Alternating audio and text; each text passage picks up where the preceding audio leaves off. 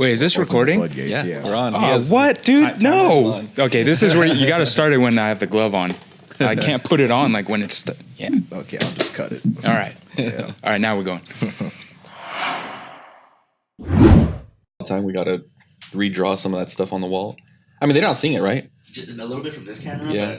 but nothing too bad. They can see a little bit of the pod pad up there And Ryan's world stuff, but yeah. Some of those chicken pot pies in there too. Wait, what? What are those? Chicken pot pies or cupcakes? Where? Right there above. Above Hello Kitty? No, or? to the right. Left.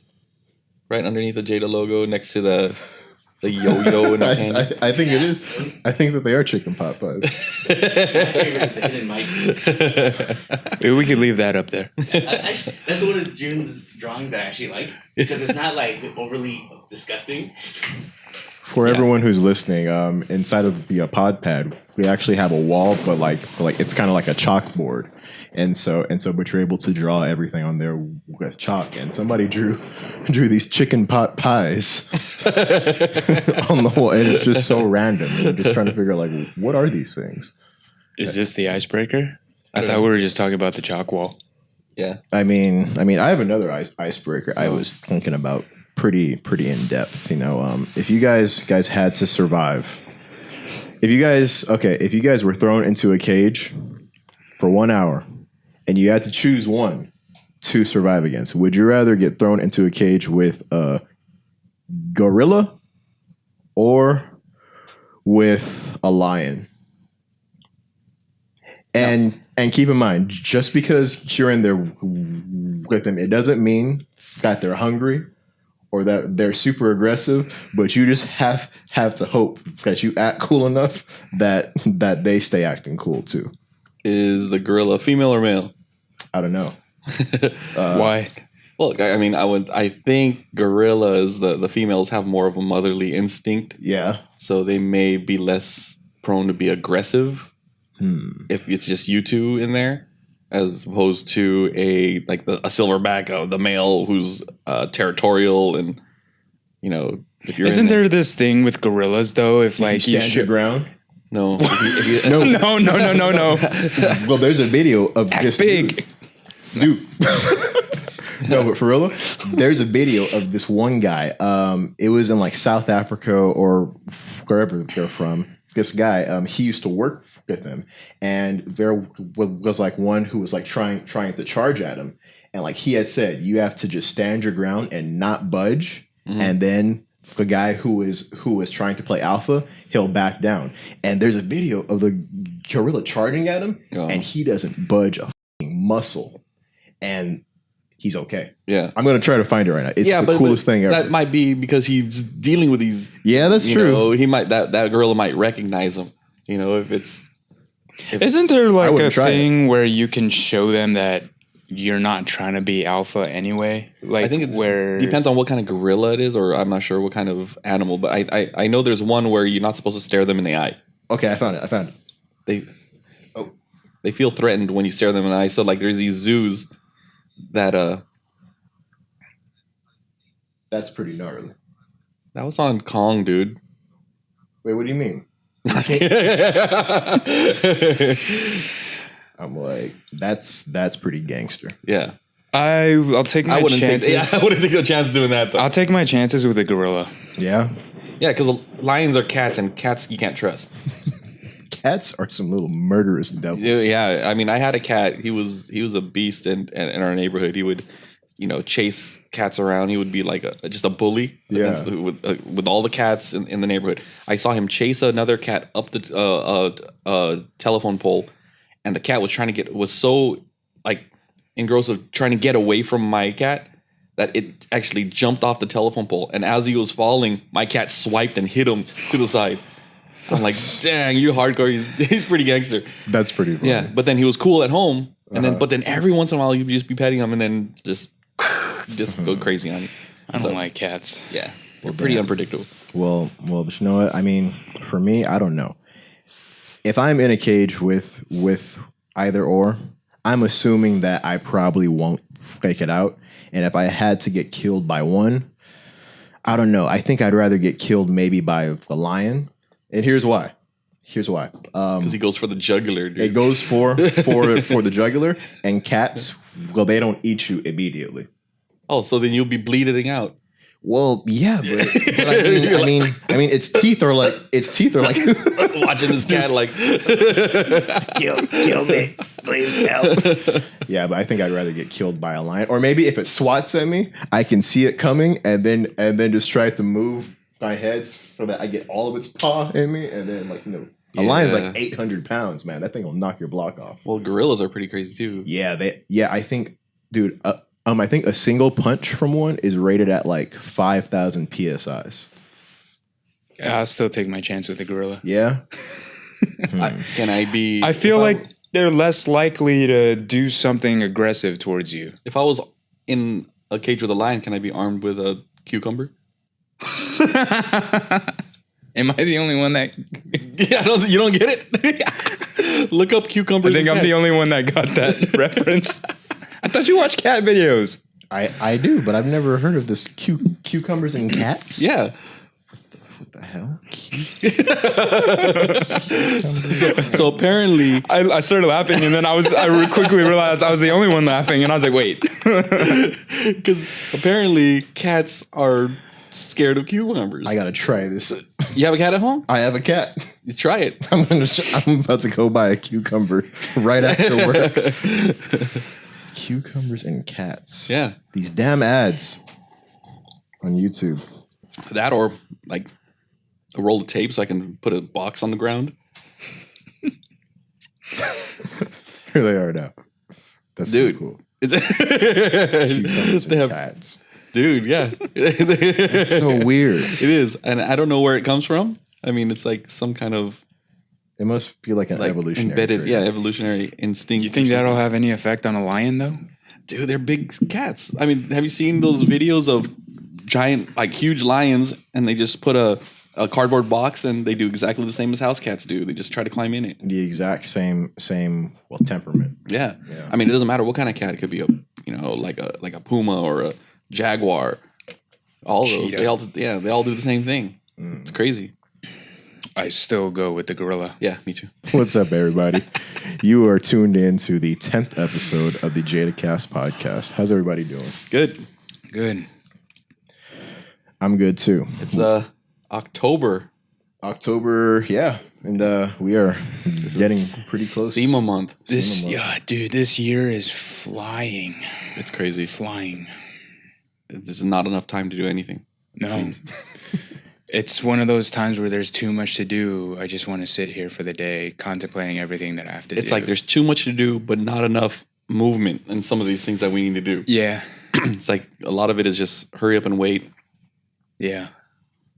Hurry up and wait. Yeah. I mean, isn't that what is the concept that we all have to live by? Yeah, pretty much. But yeah, it just seems like it's just amplified this month for some reason.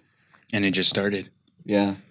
I mean, there's so many things that we got plans, whether it's in Jada or outside of Jada, that it's just, things aren't progressing the way we wanted to. So, we can plan certain things. Mm-hmm. Yeah. But it's, hey, that comes with the territory, I guess. And we I guess, just have to do with what we got and figure it all out. And it always works out in the end. Usually. Yeah. Well, that's actually a question I have that I would like to start out with is, so what are some of the things that we're hoping to accomplish at this year's SEMA? Besides, get through it, of course. Some goals. I don't know necessarily like as far if I personally have like 1, 2, 3 like goals. I think just executing something, that we've talked about internally as far as like from a PR perspective of what we can pull off, with how our booth looks, the representation of product. That's what I'm most looking forward to. I would say that would be my goal to try and do everything I can to pull off, because the way that we're talking right now, as far as like what our display or our booth is going to look like, it's not anything that we've done really. Yeah, it's. I think that's probably one of the more rewarding parts of SEMA is designing the booth. We do it digitally. We start looking at how we want to, display all our product and display the cars that we're bringing in, and to see it go from a digital mock-up to reality is pretty cool. And it's really rewarding because once it's all done, you're like, all right, finally we're done. Yeah. It's here. Now let's make it work for us. Yeah. That's one of the coolest parts. One of my goals though for this SEMA is to get more relationships going with a lot of the companies out there. We've already started making a lot of relationships, a lot of appointments to meet with some of these newer aftermarket companies and builders and things like that. So yeah, I'm looking forward to meeting all these people. Yeah. It's usually the best, but well, there are a lot of good aspects of SEMA, I think, just in general, because we're all car enthusiasts and you're around that atmosphere. It's cool to begin with. Yeah. But I mean, it's just the vibe that it gets off. You're there for work, but you're in a different city. You're with, your team members. You guys are. I mean, it's out of the office setting, so you guys feel a little bit more. I guess I don't know if vulnerable is the right word, but there's more of like this team cohesiveness, camaraderie. Yeah. Why is that? Well, I think because, for one, like I said, you're out of the typical environment that you're in every day, and you're around people that you're not necessarily like comfortable with, or you don't necessarily know. Have you ever been on a vacation with like a bunch of friends? I have. In a foreign land or someplace that you guys have never been? Yes. It's like you guys kind of want to stick together just because you have, it's, not only is it the camaraderie, but it's just the kind of like that survival instinct. And it just gets everyone closer, which is why I like these kind of events. Is because it's kind of like a work bonding moment. Yeah, exactly. The whole work bonding is probably how I would put it. So whether that's like, you go through the whole work day, you guys are working together, but my best or my favorite parts of that day is like dinner. Huh? No. Buffet line. It's like when it's all said and done, and we all get to go out and eat, and we all get to go out and drink or do something just to like break out of that like work mindset. Yeah, I mean, we come to work every day. It's like a routine, but when we get to go out to these shows, we get to break that routine a little bit and still be at work, and it's a kind of a refreshing kind of new experience, especially for the people who haven't done it yet. So this will be your first time going out. So it's cool. It's fun. Excited. Yeah. It's leave your Tupperware at home though, dude. Because we be eating buffets all day, every day. Will there be a microwave from at least at our Airbnb? At the party pad, there's gonna be a microwave, I'm sure. Yeah, we're not staying at Circus. Thank God. It's cool too. Like, I mean, it's a given, I think, just being around like us here in this room, because we are pretty much more or less like one way in terms of like we're down for anything. So it's cool in the fact that you don't necessarily have to worry, like if you say, hey, you want to go eat here? Oh, I'm down. And then there's like that one person that's like, Jordan. I gotta walk my dog. I do have to walk my dog. Damn, Mike is going hard on Jordan today. I don't want to sound like a jerk or sound like everything's about me, but she's little and she has a tiny bladder, and I want to get home and just let her out. Sorry, I love my dog. I'm just kidding, dude. Yeah, and then after like dinner, it's kind of like, oh, you guys want to hit up this place or do this and so. And for the most part, like, I mean, we're all pretty down. We're all pretty chill. We go with the flow, and it's just all a good time. And I think that's what adds to that bond that you form, that camaraderie that we're talking about with everybody here. And then when you come back to the office, I mean, like, it's cool. It's just cool to have experience together, and I mean, it's a good time. It's also different because whenever we do meetings with partners, it's usually during the day. Maybe we do a lunch meeting. But at SEMA, it's like you either do it in their booth or after the show, we go out to a dinner, and then it's like drinks, and it's more of a relaxed environment, and you can really get to know the person you're meeting with. Mm-hmm. It's a totally different vibe. It's a lot more casual. Yeah, it's cool. It's a good break from the day-to-days that we have here at the offices. Yeah, for sure. Yeah. So like, we're going to be there for the whole week, pretty much. Are we recording out there for that month, or that week? We should. I think that it would be cool if we did a podcast in our booth. Yeah. We hooked up and invited some other booths, some other aftermarket companies to come and show with us. Well, maybe interview them, some industry. We'll interview some interesting people within the industry. That's definitely. Yeah. Well, it sounds like that. If we do it like that, it'll be pretty long podcast. So I would think that maybe we'll do some like lives, some social media stuff. Mm-hmm. We could do that. Streams. I don't know. We could do that, and we can probably. Yeah, or split it into multiple podcasts. Yeah. Or we can aim. Yeah, I mean, I'm sure we'll figure it out. Or we split into multiple podcasts and just put like a little segment of the interviews within our podcast every week after that. Yeah, so it's not cool. It's not just a full on SEMA thing, but it's just like a little break from our pod pad. And then talk about production value too, because our booth, it's gonna be pretty cool this year. Yeah, I think so. As far as the mock-ups go. Yeah. There'll be some cool things to look at, that's for sure. Yeah. Are we allowed to say anything about it or not yet? I would say no. I mean, it's final, but it's not final, if that makes sense. Mm-hmm. It's approved, but not really approved. Yeah. We're just finalizing some logistical things on our end. I'm waiting for while I have the verbal written confirmation, I'm just waiting for the actual paperwork stuff to get signed and all that stuff. So yeah, and plus we also have to get like artwork and stuff approved. So things may still change between now and then. Mm-hmm. So yeah, we're not at a point where I'm comfortable saying, yeah, this is what it's going to be. Yeah, right. Yeah. Well, but you know what?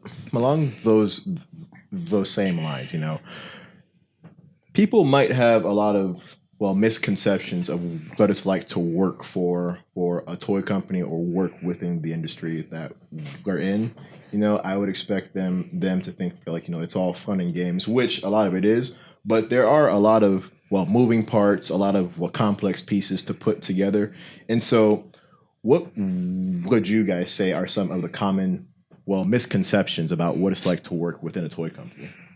As it deals with going to a show like SEMA, or just in general? Yeah, we could do SEMA, but just overall in general, because it's very complicated, but we have to put it together regardless. And so, but from an outside looking in, I wouldn't have expected this much complexity, especially with me still being new. I'm learning new stuff every single day, and I have to deal with things that or see you deal with things that I didn't think that you would have to, Mm-hmm. And so what are some of the misconceptions that people might not think about that will go into us doing what we got to do?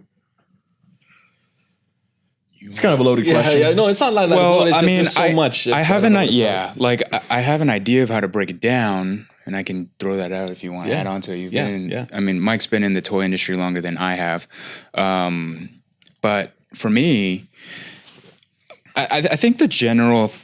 First and foremost, I think to average or like your typical normal people, when you come across somebody that says, "Hey, I work in the toy industry," that in and of itself, like right off the bat, I think is pretty unique. Mm-hmm. It usually takes people by surprise, and they're like, "Toys? You make toys?" And then it's I don't know. It's so easy to just kind of like glance over or gloss over, like if you go into a store and you take a look at the shelf and you look at all the toy offerings and whatnot, people aren't necessarily thinking of what we see. Yeah, it's funny because so, whenever we tell someone that we work at a toy company, the first thing that they think is, "Oh, you play with toys all day."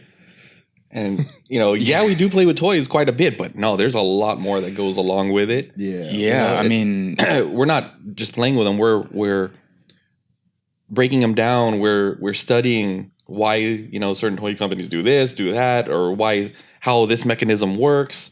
Those are the kind of things that we're doing. It's not necessarily just play. Yeah, and to give like a little context on the back end, I mean, we're working literally like 1 year out, right? Yeah. Typically, We're we're working like 1 year in advance. So I mean, we're in Q4 2018, but we pretty much just finalized a lot of things for Q4 2019. And so talk about procrastination. Yeah, I know, right? And so pretty soon we'll be talking about 2020. So like this is just by nature of how things move. We're trying to kind of forecast in advance, like what we see, what we notice as far as trends go. We're getting insights from our partners, from our buyers as to maybe what they see on their end, for us to kind of get a head start on. But that's just that's more strategy based. And I think when you dive a little bit deeper into the manufacturing side of it, like the raw material that you need and like the cost of raw material, you pay attention to what's going on in the world every day right now with, like the tariffs and all that stuff. Like so much of it plays such a big part in the overall grand scheme of things that not a lot of people actually take into account. And again, that's covering just the production manufacturing side. And now kind of bringing it back to when you go into the store and you're kind of doing store checks and you're looking at price points, you're looking at what other competition has, what they're rolling out, what are some of the new features, what's trending in the marketplace. Like it's just so many things to take into consideration. So at least that's Another thing is like we've been doing this, many of us have been here for quite a while. When you're in the toy industry, you have to kind of take yourself away from what your personal likes are. Right. So something that you're into may not translate to a toy. Well, it could translate to a toy, but doesn't necessarily translate to sales. Just because you like it and you think your group of friends are into something that's that everyone will like it as well is not usually the case. We always get like new trends that we see that looks really cool and that we're into. We develop towards it and it doesn't work. It's because sometimes trends take a long time to go from real car to toy. For example, wide body cars. We were doing some wide body cars way back, but I think they didn't sell as well as they do now. Yeah. Now, we did it. We worked with John Sabal. We do the Ben Sopra. There was other things that we done in the past that were wide body, but it didn't work as well. People didn't appreciate it as much, even though they were a trend back then. So now it's finally trickled down to the toy industry where kids like that style. Right. So we have to keep an eye on the trends and also keep an eye on the market and figure out what is the best products to produce, because not all the time, it's not just what we think is cool. It's actually, we have to study the market and see what actually sells. And so there's not too much room for emotional attachment, huh? Not a lot at all. I mean, like I always use my truck because I'm into trucks. We still haven't made my truck. I mean, I want my damn truck. I'd love that, but I got to take myself away from it because I know that my truck is, it's a popular truck, but in toy, it doesn't sell as much as like a Raptor would. It's I don't know why. It's just, I don't know if it's just the kind of person who owns that kind of truck is just not buying those things, or it's not considered a true American truck. I'm talking about a Toyota Tundra, by the way. If you don't know, it's TRD Pro, which is gonna look pretty sick. Pretty. What was that? That was like a half like That's one of those things where do I gotta stay quiet? No. It's out there. You can find it, and At Project TRD Pro on Instagram. It's gonna be badass, guys. Yeah, we're it's those are one of the things that I've been working on, and things aren't happening fast enough. That's like we alluded to in the beginning of the pod.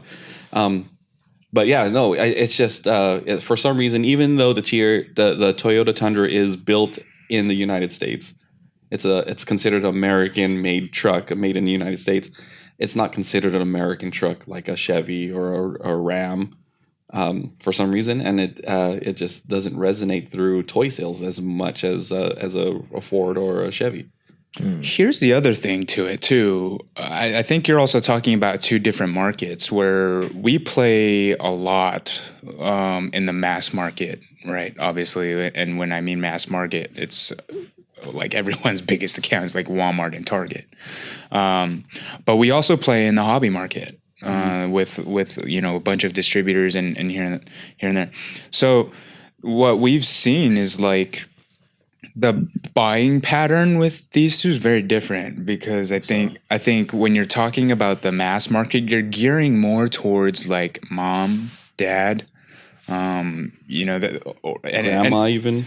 So like a little bit more impulse, and they're trying to find. When I say they, I'm talking about these retailers. This market, they're trying to capture like this collector market because they want to start having collectors go. They want to be the default location for these collectors. Whereas in the hobby market, like if you're local to Southern California, we have Frankensons right down the street from us, and that's like the ultimate like collector flea market almost. Mecca. Right? Like, and that's where collectors go, but they're going after like these particular things that are either exclusives or like a little bit higher price point in terms of their collectibles, because maybe it's got a little bit more features. They're literally buying these things to display them. And so many things that you would probably could never see at a Target or a Walmart. Right. Yeah. So where I'm going with that is like, okay, for example, and to Mike's point, like to the separation of emotional attachment. Personally, I'm a big fan of Dragon Ball Z.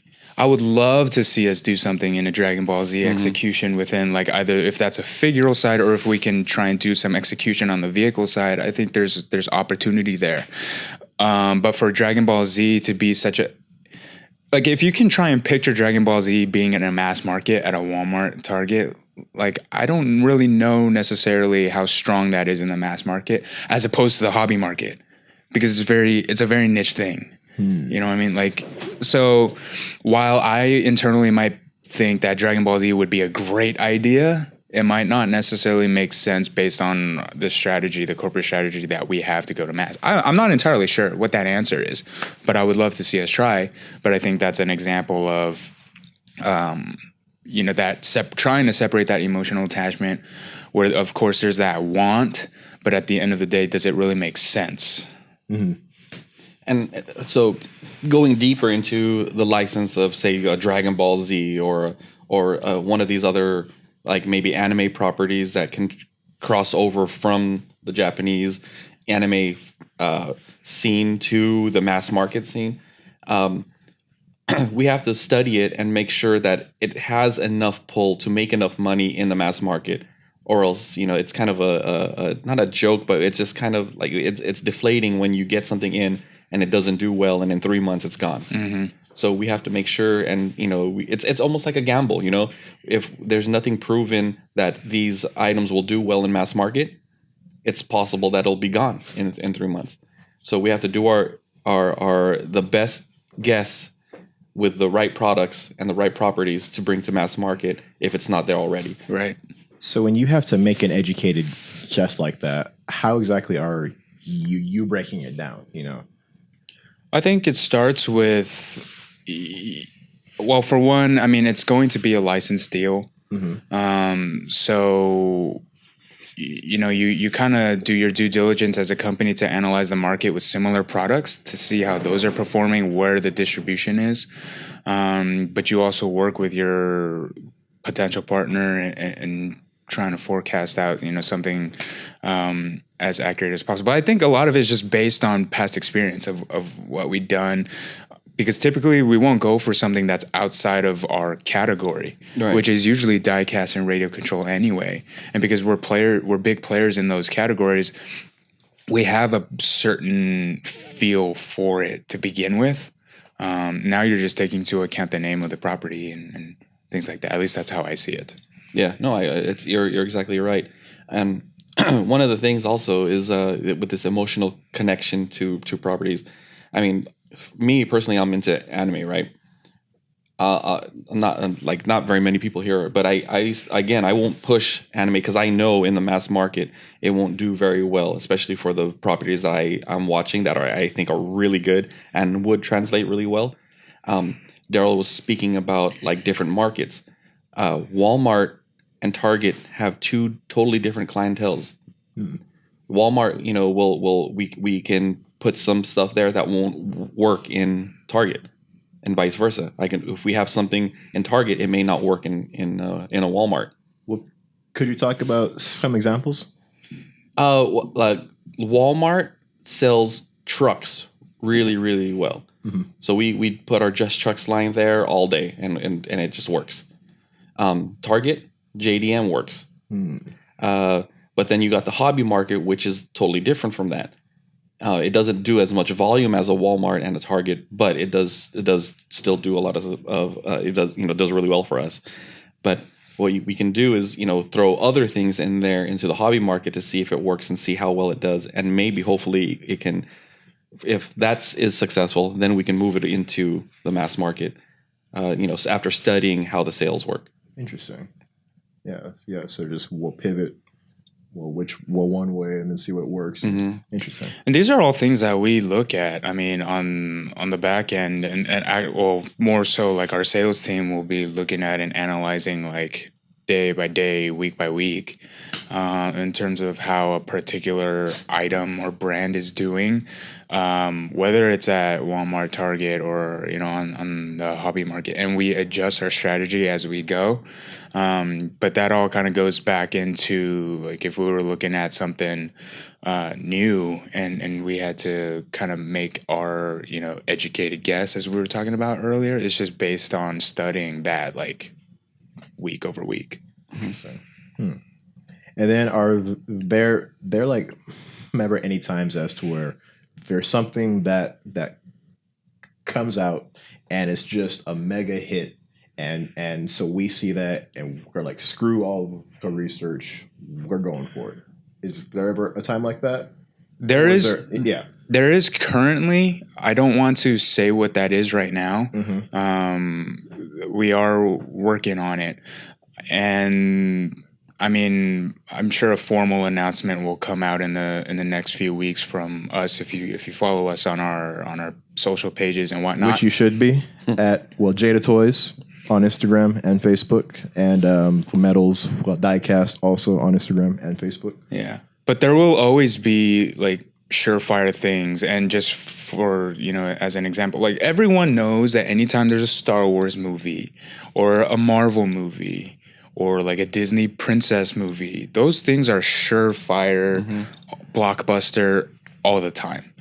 And so then naturally I would think that every toy company would want to align themselves with these properties because they know that it's going to do very, very well.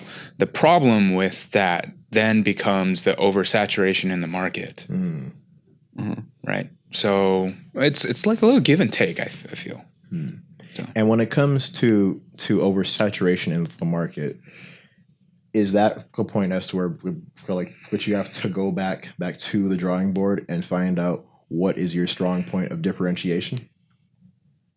Well, I think we got to describe what oversaturation means a little bit to the people. Right. So when I talk about oversaturation, I mean, okay, so like let's use Star Wars for example. Yes. Star Wars and Disney probably has so many different potential partners that they're working with to do every single thing. And I think when you look at the grand scheme of things, like they could do apparel, they could do consumer goods, they can do like houseware, they can do like everything, anything that you can think of. But more specifically in the toy category, there's going to be a die-cast collectible. There's going to be a radio control. There's going to be like a costume, figures. right? Yeah, action figures. You're talking about all these different categories within the toy category itself. Everyone wants to get into it, and those that are lucky enough to get into it are going to be fighting against everybody else that has so like if you're a consumer and you walk into a retail store and you walk into the aisle and you see a crazy, I don't even know, it's got to be bigger than 4 feet, right? The section of Star Wars. There's just a big one aisle of Star Wars, and you look at all the Star Wars product. That's what I mean by oversaturation. Because say even if we did get it, what would we realistically do? Something in Hollywood rides? Something in our Metal Figs line? Okay, fine.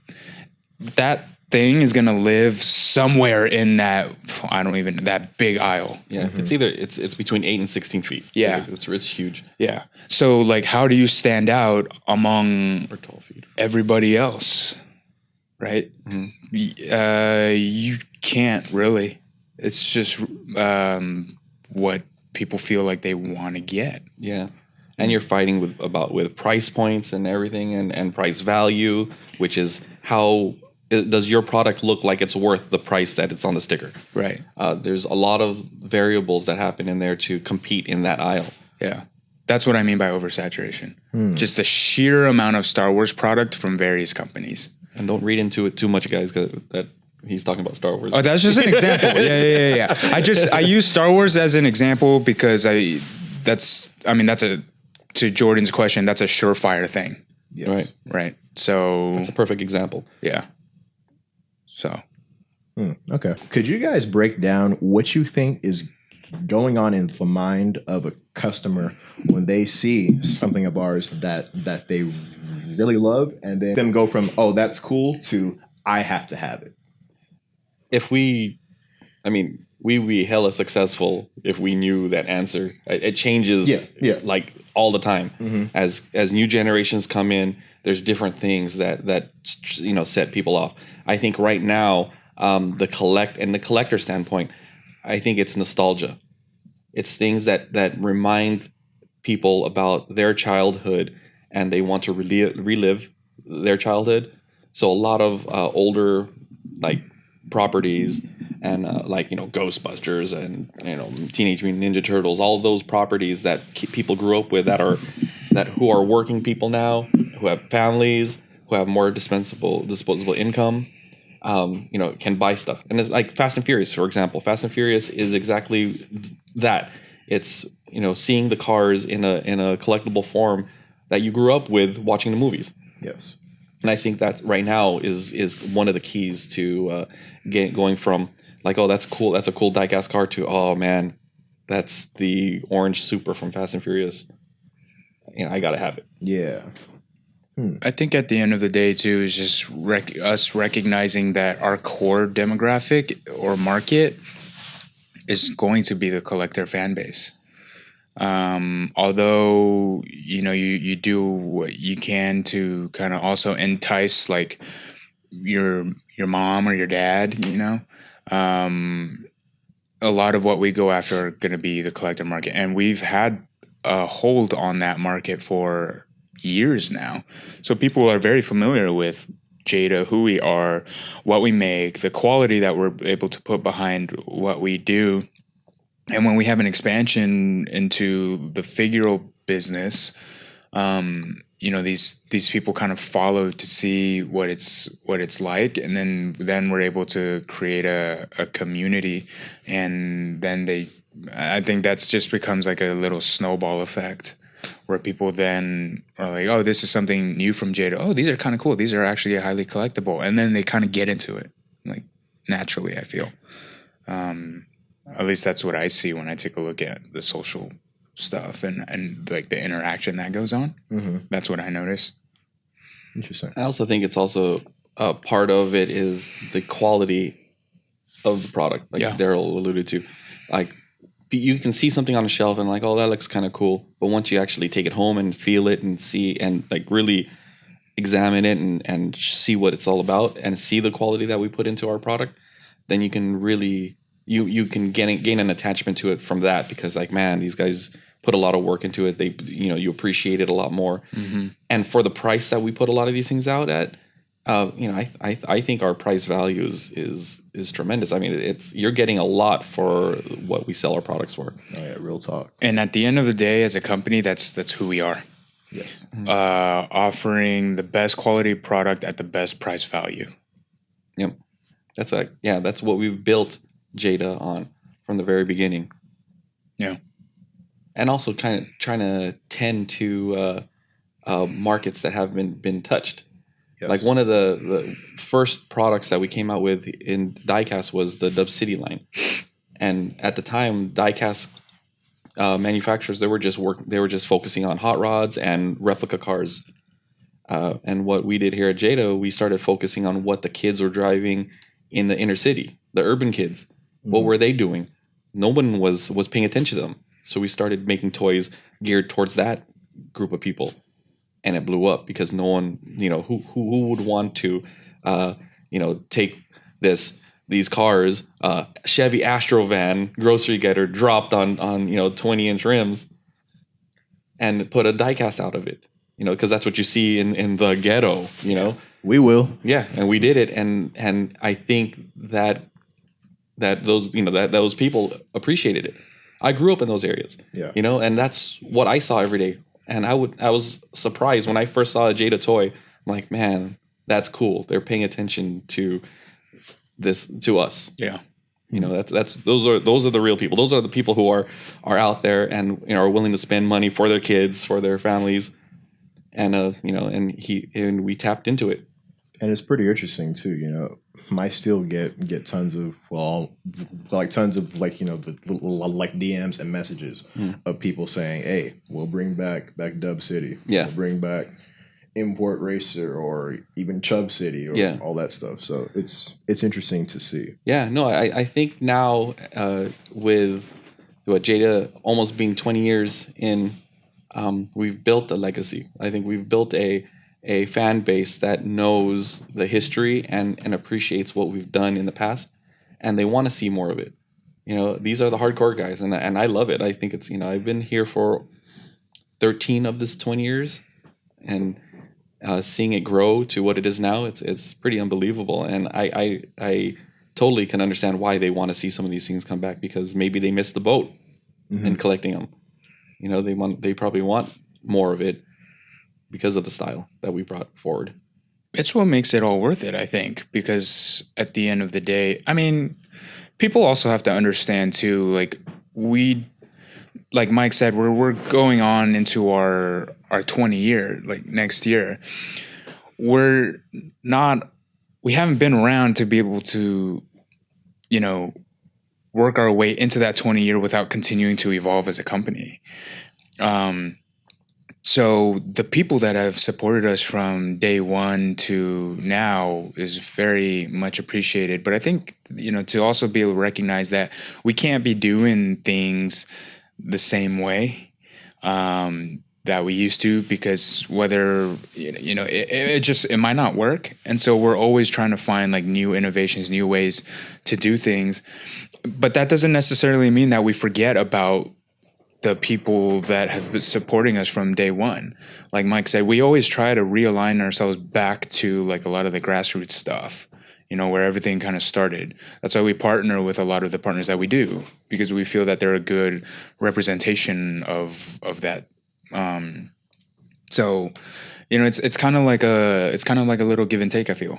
Yes. But at the end of the day, of course, we value everything as far as like what that support has been, and we don't want to make it feel like we're kind of all of a sudden shifting gears and then going into a completely new direction. It's not. Yeah. I think it's just by natural evolution of a company to continue to be profitable, because at the end of the day, it's a business. Yeah.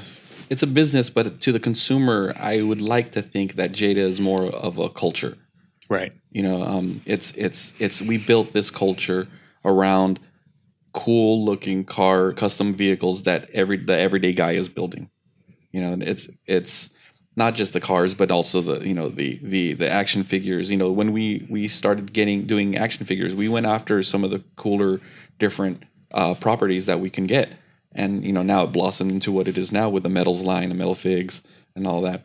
But I think that the culture that Jada has brought forth is the quality and the detail that we bring in our products, and that's something that everyone has come to expect from us now. And yeah, we still do what we can to try and nail down every single one of those points, because those are very important aspects for us in terms of like what we produce, because we never want to put something out on shelf if we're not comfortable with it. If we aren't fans of it ourselves, like we just wouldn't feel comfortable with it. But there's so much that goes on behind the scenes that I feel people don't really realize, or at least recognize. It could be something that we have to work around if it was a contract thing or an agreement thing with one of our partners. It could be cost of goods is rising, so we have to sacrifice elsewhere. There are many different things. Yep. But at the end of the day, what they only care about is, oh, Jada didn't cut the hole out in the exhaust pipe. Yeah. You know? Yeah. So, and like, we get it. We get it. We hear you and all that stuff. But again, loud and clear. Yeah. Yeah. But there's just certain things that as we want to continue to progress and so we just have to, do what we have to do. It's crazy because a lot of the people who talk like that don't realize how much like cost of goods is going up, or material cost, different things, shipping costs, fuel costs, all that contributes to how much we can sell a product. Yes. We don't typically raise our prices on our diecast. We haven't raised it in a very long time. Yeah, understand that. Like, that's the one thing that and going back to what we were talking about earlier of what Jada was founded on was price, value, and quality. That's not something that we're willing to sacrifice. So even though the cost is going up, we still remain at the price point. So we find a way. But of course, things here and there might have to get sacrificed, but we still do what we can to make the best quality product possible. So we're not foregoing like what we are, who we are as a company. We're doing the best we can to keep it at that level that we want to, that we think is acceptable. Yeah, exactly. Yeah, I mean, hell. Speaking of price of goods and just everything, I had a guy who sent us a message maybe 2 weeks ago. It was funny. I showed it to Brian, and he was like, "Hey, I'll send you guys $200 if you can make a custom version of my car." I was like, "Here, let me show you some numbers, pal." I'm like, but I say that because it's very complex, and to what Mike and Daryl said, we're doing the best that we possibly can to keep it the way that you guys will love it. So we appreciate the everlasting support. And we'll just work with us. Yeah. Well, there are guys who do custom diecast, and they'll do it for $200. Oh, yeah. But as a toy manufacturer, that's on the back end of as far as like the process goes. I mean, you have to make so much. Exactly. As you guys have alluded to before. Yeah. There's a lot to take into consideration. That probably more than what most people think, and that kind of goes full circle back to your question of, like some of the misconceptions or maybe just things that people aren't even naturally aware of when you talk about working in the toy industry. Because at the end of the day, they can look at a diecast car or a figure and be like, "That's really cool," but that's about it. Mm-hmm. You don't realize everything that went on into creating like just the one figure or the one vehicle. How much time it takes. Yeah. I mean, every logo that is representative of an actual company that's out there, we have to get the approval from that company to use that logo. It's the color of the car may not be exactly right, so they a car manufacturer may not approve it. We have to go back and forth, and sometimes they require a certain kind of paint or a texture that makes the car even more expensive. Yeah, and that all contributes to the final cost of the car. But and that makes the car more expensive to make. but we don't push that towards the consumer price at the end. Right. Exactly. So we take that L in Yeah. a way, you know. Yeah. Well, yesterday I'm on Instagram. I posted a picture of the Fast and Furious car from the first Fast and Furious. The white Jada. Yeah. And people were complaining about, some of the logos aren't on there. And I'm like, well, some of those companies are out of business now. Yeah. I mean, can't be doing stuff. Yeah, you can't There's put the certain logo- rules that we have to follow. So we want to make it perfect, but we have to work within our boundaries as well. Yep, So exactly. yeah. I'm glad you guys had talked about the quality of things because from an unbiased standpoint, even though I work here, I know I'm okay. So I am biased, but for a reason. Nobody is able to execute these cars as great as we do, hands down. However, a fantasy question, if cost wasn't a factor, what are some of the fantasy executions that you would want to put in some of our die-cast cars? For example, real leather in the seats, or maybe carbon fiber on the spoilers, stuff like that. It's like carbon fiber parts, cloth seats, seat belts. The steering to have the wheels actually turn. Foil in the for the firewalls, wire looms. There's a lot of stuff you can do, like in the engine especially. Yeah. The spark plug wires, rather than just having them molded into the plastic, actually have separate wires for each one. There's a lot you can do. Say for example, if we had an opportunity to do that today with just with one car in our entire library, which one would you like to do it on? For me, I would probably say I would probably do. It's got to be a muscle car, probably with a blower. First thought would probably be the 70 Charger. I was gonna say, I don't know what that car would be for me, but my parameters it'd have to be a classic car. Yeah. I'm okay with either a JDM or a muscle car. Again, I don't know that I could tell you one car, but it would for sure be like a real old school classic. Yeah. Yeah. Or a Porsche. Yeah, I've been on the Porsche wagon for some time. Yeah. Now, so yeah, like a classic Porsche, like maybe a roof or something like that. Yeah. That'd be cool. Yeah. Interesting. I did it again. I always say, yeah, interesting. Well, you know what? I don't know a better place to end a podcast than there. Oh, speaking of, and so one last thing. And so last week we actually had an Easter egg hunt challenge, and it was pretty fun. Could you guys tell everybody what the Easter egg was? So wait, I saw it posted a couple times. Yeah. I know. Shout out to Garrick. Garrick, yes. Yeah, Garrick, and to I have the other guy's name here. Shout out to Garrick, and then shout out to Tommy. Mm-hmm. So those were the two winners, the only two guys to make the to get it right, which was pretty fun. Yeah, and so which car was it? It was the 164 Evo. 164 Evo. Okay. Right. From JDM Tuners. From JDM Tuners. Yeah. We did. There's a designer or the director of the figure side, June. He spells his name Juhn, and we did a parody of the June Motorsports from Japan logo. Sweet. Yeah. So and so for everyone asking, that is what it was, and so I sent those two guys. I sent those two guys out some pretty cool stuff, and so we plan to do some more of those Easter egg challenges on each podcast. And so the only way to find out who wins is for you to listen to the entire podcast to find out where that Easter egg is. And so we'll try to keep that going. So that is the end of episode 10. Just just a little bit of housekeeping. If you enjoyed this podcast, be sure to like and subscribe.